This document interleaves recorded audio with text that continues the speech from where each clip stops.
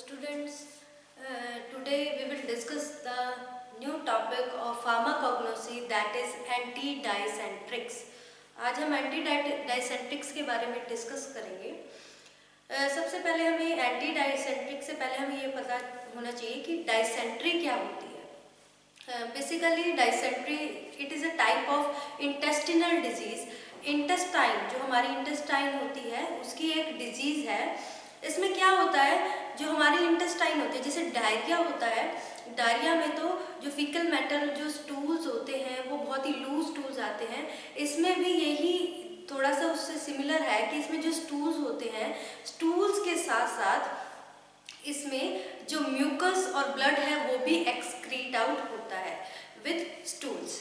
And the main reason is that इसमें जो intestine होता है उसमें क्या होता है, जो कोलोन होता है, कोलोनिक म्यूकोसा होता है, उसकी इन्फ्लेमेशन हो जाती है। उसकी इन्फ्लेमेशन किसके कारण होती है, ये एक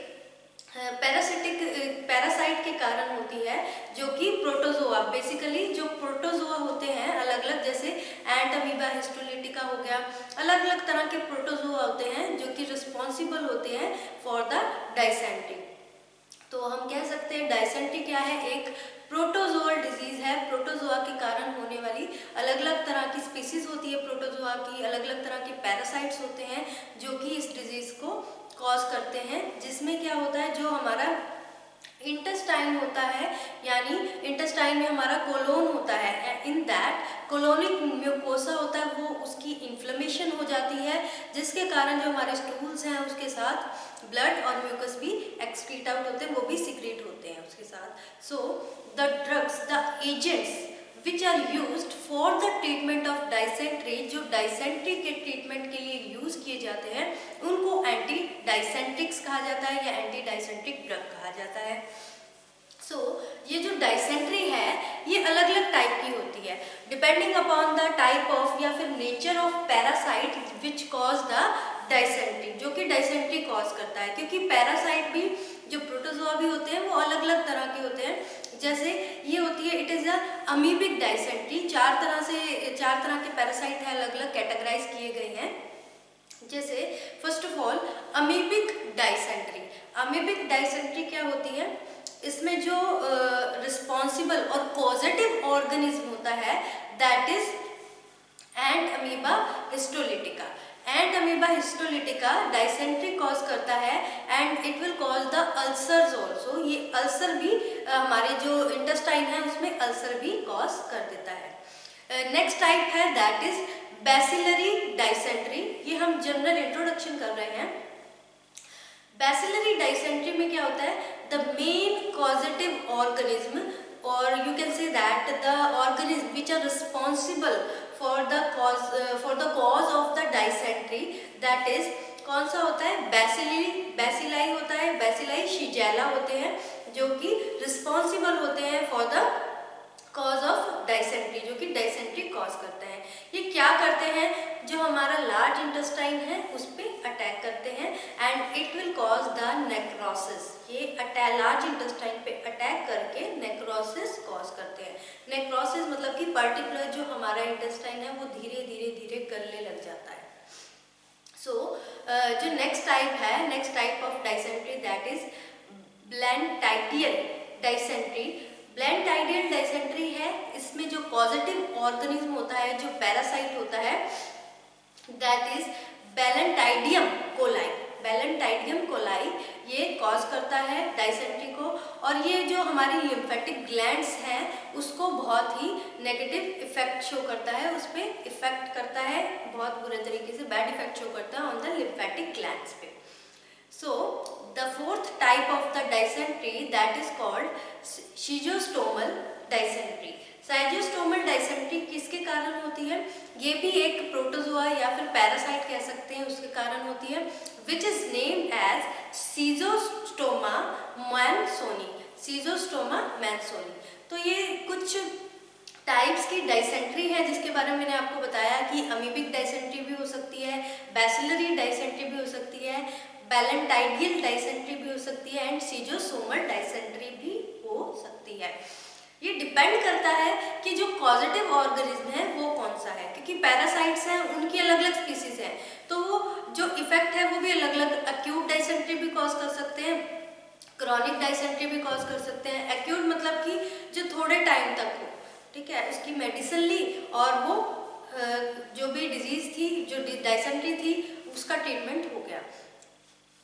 क्रॉनिक होती है जो काफ़ी लंबे टाइम तक, जो इस तरह से जो इंटेस्टाइन में नेक्रोसिस जैसी प्रॉब्लम कॉज कर दे या अल्सर कॉज कर दे, जिसका ट्रीटमेंट काफ़ी लंबे समय तक चले, तो इस तरह से भी ये इसका एक तरह से चेंज हो सकता है।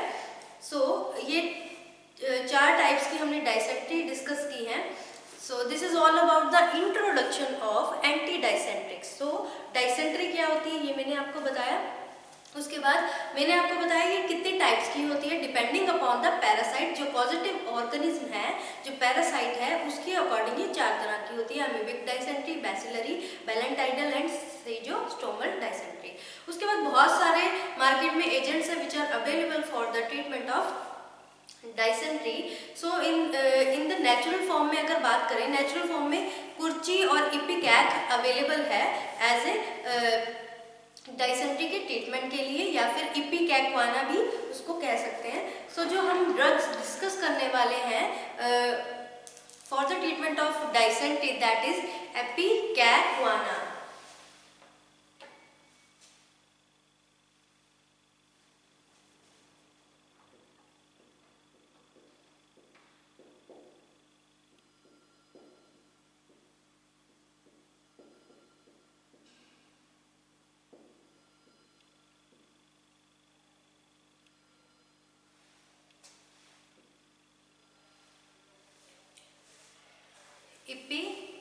इपिकैकवाना ये हमारी ड्रग है। कुर्ची भी यूज होती है for the treatment of dysentery, लेकिन जो इपिकैकवाना है हमारे जो सिलेबस है according to D pharmacy syllabus, ये एक ही ड्रग है जो कि हमने पढ़नी है फॉर एंटी डाइसेंट्री।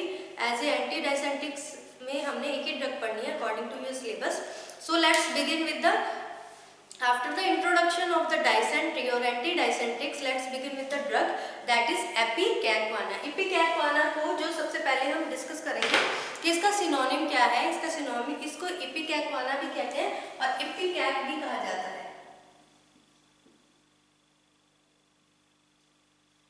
इपिकैक भी कहा जाता है। Next if we discuss about the biological source कि कहाँ से इसको ऑब्टेन किया जाता है, कौन सा पार्ट इसका यूज किया जाता है for the preparation of medicine, preparation of the drug for the treatment of dysentery. So it consists of dried roots or rhizomes of Syphilis epicacuana. It consists of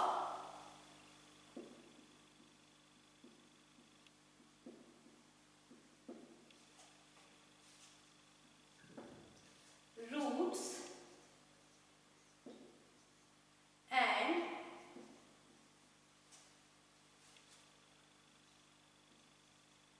rhizomes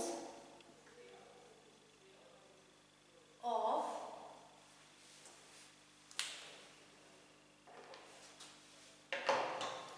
Syphilis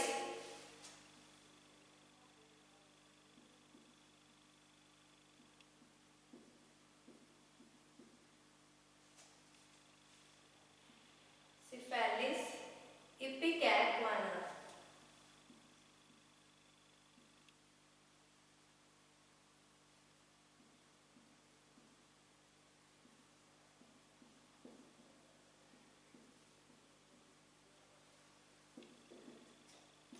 ये किससे obtain होता है?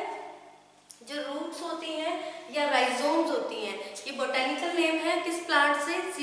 Syphilis ipecacuanha. If we discuss about the family, ये किस family से belong करता है?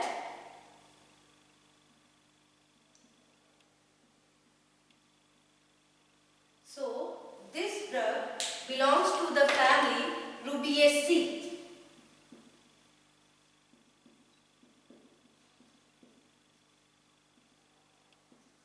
Rubiaceae family से बिलोंग करती है। So this is the biological source कि इसको कहाँ से ऑब्टेन किया जाता है।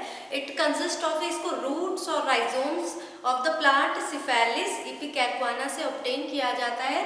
एंड जो प्लांट है उसकी फैमिली क्या है, it belongs to the family Rubiaceae family से बिलोंग करता है।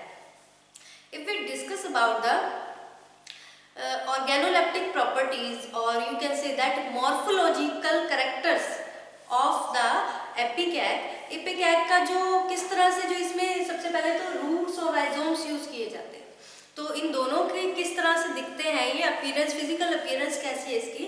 अगर if you discuss about the colour, तो दोनों ही रूट्स और rhizomes that is near about to dark brick red colour के होते हैं या फिर डार्क ब्राउनिश कलर के होते हैं। और जो इसकी शेप है, रूट्स की बात करें तो रूट्स की जो शेप है वो टॉर्टस पीसेस की तरह होती है। टॉर्टस पीसेस मतलब कि जैसे घुमावदार होती है ना, रूट्स कैसी होती हैं, घुमावदार रूट्स होती हैं इसकी, ऐसे नहीं सीधी इस तरह से नहीं होती, वो एक दूसरे में ऐसे राउंडेड घुमावदार सी होती है इसकी शेप। और जो राइजोम्स होते हैं वो सिलिंड्रिकल पीसेस होते हैं। इसके पीसेस इसलिए कह रहे हैं कि इसको छोटे छोटे पीसेस में ड्राई करके रखा जाता है फॉर द मेडिसिनल पर्पस की प्रिपरेशन के लिए, मेडिसिनल प्रिपरेशन के लिए। इसका ऑर्डर की बात करें, ऑर्डर कैसा होता है इसका, ऑर्डर इसका फेंट होता है, मतलब कि बहुत ही धीमा सा ऑर्डर होता है, कोई ज़्यादा स्पेसिफिक नहीं होता, बहुत धीमी ऑर्डर होती है इसकी, फेंट ऑर्डर होती है दोनों की, चाहे वो रूट्स है चाहे वो राइजोम है, और टेस्ट इसका बिटर होता है। सो इसकी जो मॉर्फोलॉजी है, चाहे वो रूट्स की ले लो चाहे वो राइजोम्स की ले लो, वो नियर अबाउट सिमिलर है, क्योंकि ऑर्डर और टेस्ट दोनों के सिमिलर ही है, एक ही प्लांट के हैं, सिफेलिस एपिकैक्वाना के हैं, तो इसका टेस्ट और ऑर्डर सिमिलर है, बस शेप में डिफरेंस है इसकी, और इसका कलर भी सेम है near about. So this is about the morphological characters. उसके बाद अगर हम डिस्कस करें इसके केमिकल कॉन्स्टिट्यूएंट, कौन कौन से केमिकल कॉन्स्टिट्यूएंट इसमें प्रेजेंट होते हैं which are responsible for the anti dysenteric activity. So इसमें जो मेन होता है that is isoquinoline alkaloids, isoquinoline alkaloids. अब आइसोक्विनोलोन अल्कलॉइड्स में क्या क्या आ जाएगा, इमैटिन, इमैटिन, सिफेलिन, इमैटिन प्रेजेंट होता है, सिफेलिन प्रेजेंट होता है,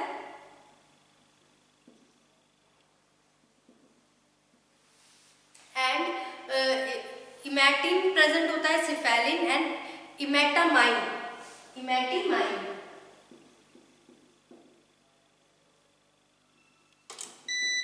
इमेटिमाइन भी प्रेजेंट होता है। सो अगर हम डिस्कस करें इसके रूट्स में, तो इसके रूट्स में एपिक्वानिक एसिड प्रेजेंट होता है,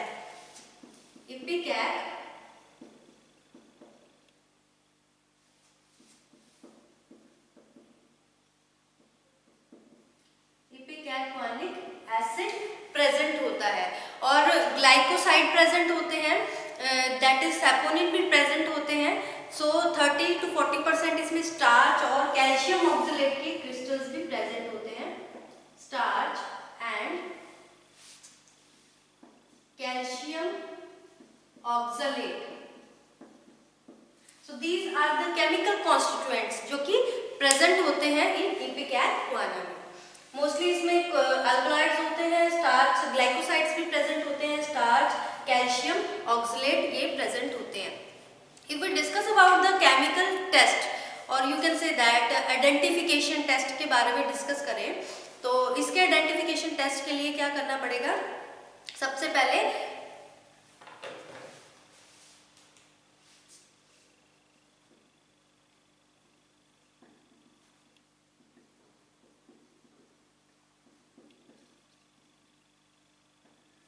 आइडेंटिफिकेशन टेस्ट में क्या है, 50 mg ड्रग ली और उसमें HCl और वाटर की एडिशन की,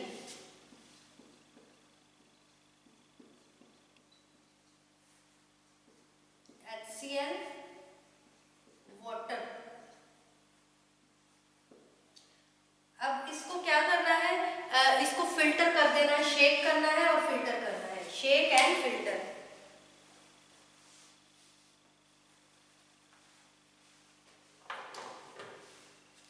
शेक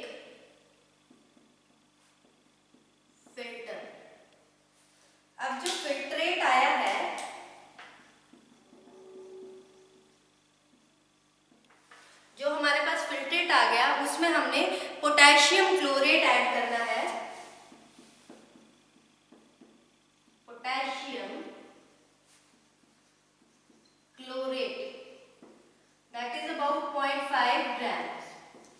पोटेशियम क्लोरेट ऐड किया, उसके बाद क्या होगा, result, as a result yellow colour appearance होगी,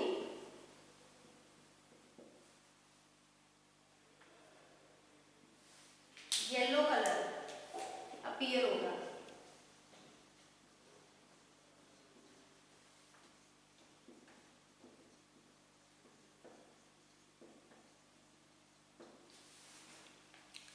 तो इसमें क्या होगा, वो येलो कलर अपीयर हो रहा है, जिसको अगर ऑन द स्टैंडिंग अगर उसको रखा तो वो रेड कलर में चेंज हो जाएगा due to presence of emetine. Emetine के प्रेजेंस के कारण वो रेड कलर में चेंज हो जाएगा।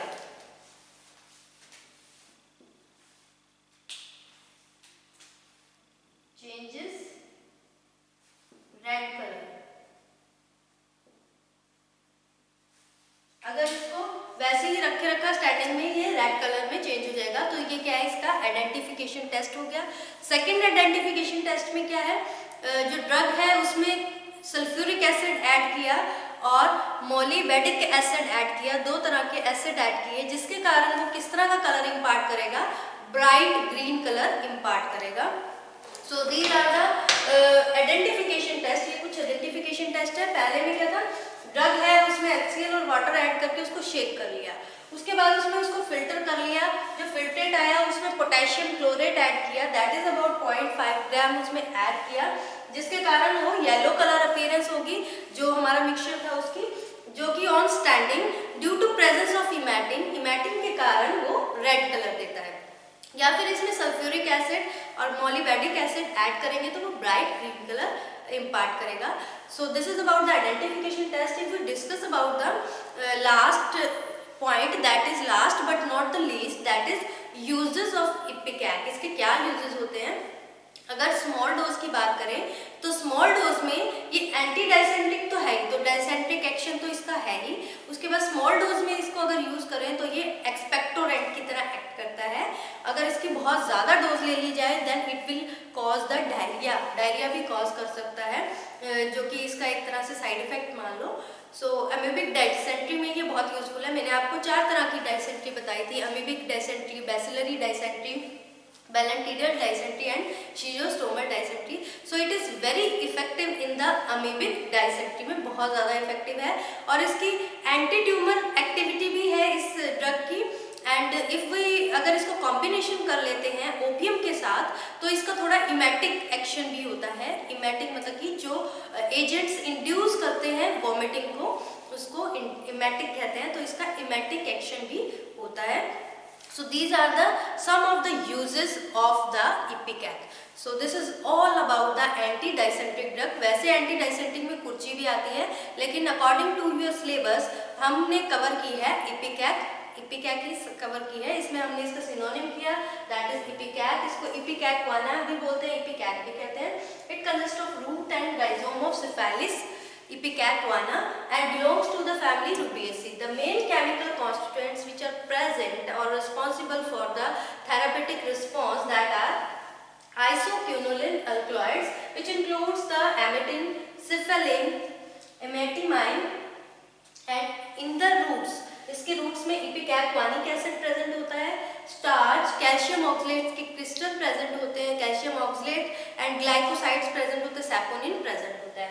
And 2 of the identification test की है। उसके बाद इसके यूजेस में एक्सपेक्टोरेंट एक्शन होता है, अमीबिक डाइसेंट्री के ट्रीटमेंट में यूज होता है, एंटी ट्यूमर एक्टिविटी भी होती है इसकी, और विद ओपियम के साथ it is a emetic form की तरह यूज किया जाता है, विच एमेटिक आर द सब्सटेंसेस और agents which induce the vomiting.